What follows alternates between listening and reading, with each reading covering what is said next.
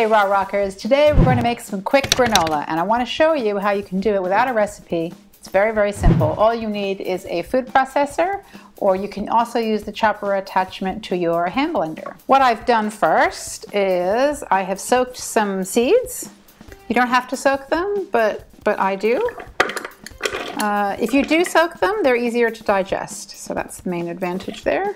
Whoop, and we're just going to toss them in here. Now the nuts that I have in here, I have, let me see, I've used some pecans, I've used some pumpkin seeds, almonds, Brazil nuts, just whatever I happen to have around that I wanted to use.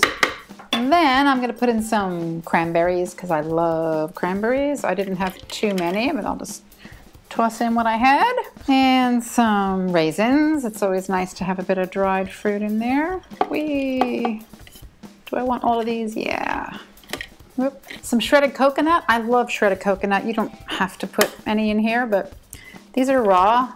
And if you had fresh coconut, obviously you could use that too, but I don't. Then I take some maple syrup, or you could use some xylitol or honey if you want to. Just sort of squeeze a bit over there.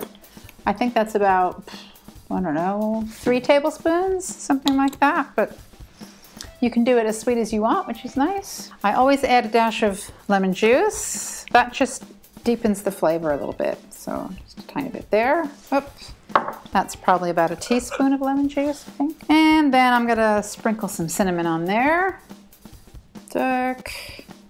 Probably about, I don't know, half a teaspoon or so. Depends how much cinnamon you like. And then we are going to just mix it all together. There we go. Now you could also put prunes in there as well. Those are quite nice. You could put dried apricots, any kind of dried fruit really, dried pears, apples.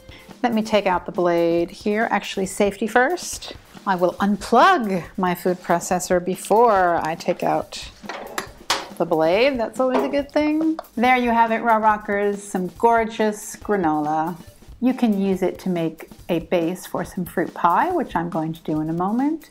You can sprinkle it over some fruit pudding, or you can just eat it in a bowl with some gorgeous nut milk over the top. Thanks for watching.